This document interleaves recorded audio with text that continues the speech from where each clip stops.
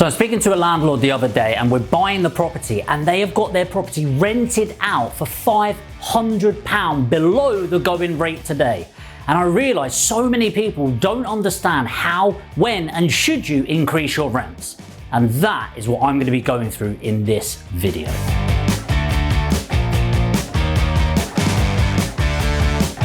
Specifically, what I'm going to be going through in this video is why would you want to increase your rent? Why wouldn't you increase it? When can you increase it? And when should you increase it? Two very different things. And then finally, how do you actually do it in the first place? How do you propose it and get it accepted? And there are rules around this. So why would you increase your rent? Well, first of all, why wouldn't you? Okay, so there's inflation coming in. If you don't know what inflation is, it's essentially eroding the power of money. So a pound today is worth more than a pound tomorrow. And as time goes on, the value of a pound diminishes, okay? And that's not too bad, okay? It happens. It's actually part of economic growth, but video for another time. But if you are getting paid £500, £600, £700 a day, in 1 year's time, if you're still charging £700, but inflation has been 3%, let's say, then that's worth a lot less if we're moving forward. On top of that, as we're going through this increase, you need to understand that as long as people are told up front, they will accept it. Everyone's prices are going up. People's salaries typically go up. All right, only 2% a year on the most part, but it does increase over time. And so the cost of living goes up, everything needs to increase. And there's a real set way of doing this, which we'll go through. But when wouldn't you increase it? Believe it or not, there's actually quite a good argument of why you wouldn't increase your rents as you're going forward. Seems a bit like counterproductive, right? Why wouldn't you increase your rents if you could?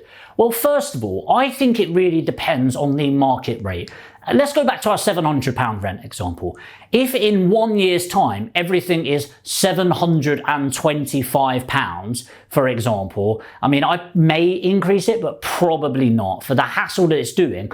Instead, what I might do is go, hey, Mr. and Mrs. Tenant, you've been such a great tenant for the last year. I'm not going to increase your rents this year. I'm going to keep them the same as long as you're happy staying for another year. And I'd use it as an exercise to make them feel rewarded for paying on time, for not causing me hassle. And I honestly believe that keeping them for an extra year and making them feel really good about it was actually worth more than the £300 over the year's time. So there are examples where you might not want to do it in the first place. But let's say you do. When can you do it? Because believe it or not, you can't just decide, oh, rents have gone up quite a lot, I'm going to bump mine up £100. There's very set ways on how we can actually do this. So there's three core things that you should be taking account of during this. Number one, if you've got a fixed term tenancy, which is typically a 12-month AST, ASD stands for Assured Short Hold Tenancy.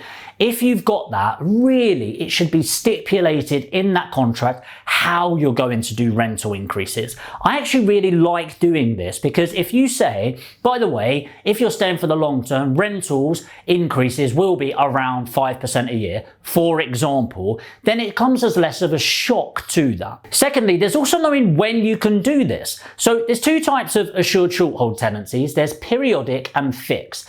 Periodic is where it's come towards the end of the tenancy and it's what's known as a rolling contract, okay? So it becomes rolling, you're not tied in for 12 months, nor are they. And when you've got that, you have to give a minimum of 1 month's notice when you put this through.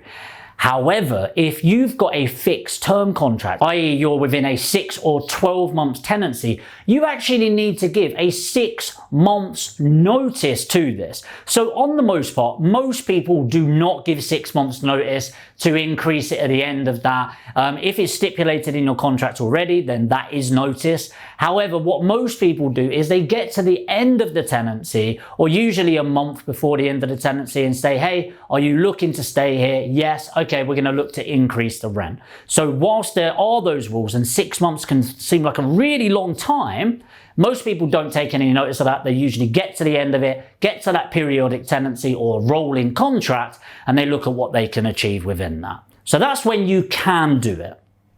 The next thing is really, when should you do this?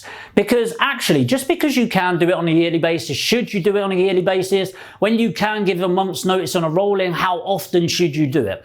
This really depends on what sort of landlord you are. Also really depends on the demand in the area.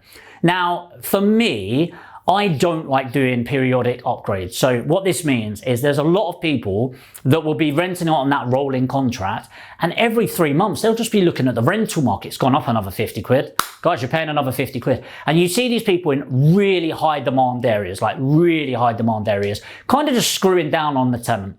I'm not saying it's bad or immoral. I just don't like doing it.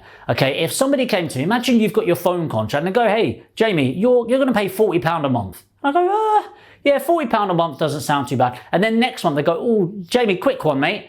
Gonna start charging you £42. Yeah, all right then. And then the next month they come, Jamie, it's £45, mate. We've got a lot of demand right now. It's kind of like, well, fuck you, Vodafone. I'm going to move on. Okay, and the same as tenancies. I think if you take the piss out of people, it's going to come back and bite yourself in the arse. For me, I like doing yearly reviews. Now, this is important to actually check in with them and make a point of it, even if you're not going to increase it. I like making it seem like I'm doing a favour. Hey, look, I'm not going to increase your rent right now. You've been a great tenant. The reason to do this is it keeps people on their toes, which I think is really important, that they actually appreciate the home you're providing them, but also it becomes a routine of you checking in and seeing where rentals are right now. On the flip side, if it has increased by 50 quid, 100 quid over the year, which happens in a lot of areas, I would say, hey, look, the rents have increased in the area. We need to have a conversation about what's feasible right now. Often this will cause the tenant to go and look at what's available in the market. They'll see that everything's over 100 more. Then that you can then come in and say, hey, look, the market's increased 100. I don't want to increase it 100. I might increase it by 70. Okay, something like that. Now, for me, the increases, I like to keep them between 3 and 8%. The reason 3% is to make sure I'm in line with inflation, so I'm making at least the same amount as last year. 8%, if it has been a massive pay upgrade in the market, then I want to reciprocate that and feel some of that uplift without screwing down the tenant, okay? So it's a very fair way of me making a bit more money and actually being a massive advantage and benefit and strength to the tenant wanting to stay there over the long term. The one thing you do not want to do is wait 5 to 10 years with this idea in your head of, hey, I'd rather just keep a great tenant in. But what happens is as this capital is eroding over time, in 10 years' time, that £700 rental might be £1,200. And you might go, whoa, that's a massive increase. Well, yeah, it is. And then what happens in 10 years, that 1,200 isn't worth the same as 1,200 today, obviously. You go back to the tenant and say, hey, look, I've done a pay review. You're going to have to pay 1,200 quid. That's the going market rent. The problem then is you've had a property that's been lived in for 10 years at that point, and then you've got a tenant that goes, well, what else can I get on the market for 1,200? And then you've got the fact they're going to be comparing your property. They might want something new, and I think you'll end up missing out. So don't leave it to shocks in the system. Upgrade it as you're going along in a fair, consistent and congruent way to your values. So finally, how to propose this in the first place. So just remember, if you are doing a fixed term contract, you can have a bespoke procedure that you go through as long as you stipulate that right at the beginning. So it could be, hey, look, here's how we do our rental reviews. And in my experience, communication is key in business, in all relationships. So I like communicating as effectively as possible with my tenants and just saying, hey, we like to do fair rent reviews. We don't want to sting you with suddenly a high budget. Here's how we do it. I'll even put in some contracts we do 3 to 8% on a yearly basis, dependent on the market. And they agree to that. And they often look at it and think that's fairly reasonable. You know, if I'm paying 700 now, the worst it's going to be next year is 750. But it's also a fair way for me to keep up to it. Just remember, on the fixed tenancy, you need to give 6 months notice. On the rolling contract or periodic tenancy, it's going to be a month's notice. These are minimum requirements by law, okay? Please don't give the tenant an excuse to get out of it. You need to do it at the right time, in the right way. And the way we do this, and we'll bring this up at the bottom of the screen, is you're going to have something called Landlord's Notice Proposing of New Rent. I actually needed to read that. Landlord's Notice Proposing of New Rent. And that is the start of the process. You're going to send an email to that, follow it up with a letter, just saying this is what's happening and you'd like to invite a conversation. That's another thing. I really like inviting a conversation to chat about it rather than just going, boom, this is what you're going to get. Okay, I like people to be involved in the conversation and actually help them out. So hopefully you've got value from this video. Hopefully I've broken down the step-by-step process going from 1 to 5 there. Fortunately for you, unlike your fixed tenancies, this YouTube channel does not require you to watch videos for a year or even give 6 months notice of subscription. You can do that right now by hitting the subscribe button and the notification bell. And if you like this video in particular, it helps me out a massive amount. If you just like the video, leave a meaningful comment below. And of course, I'll see you in the next video.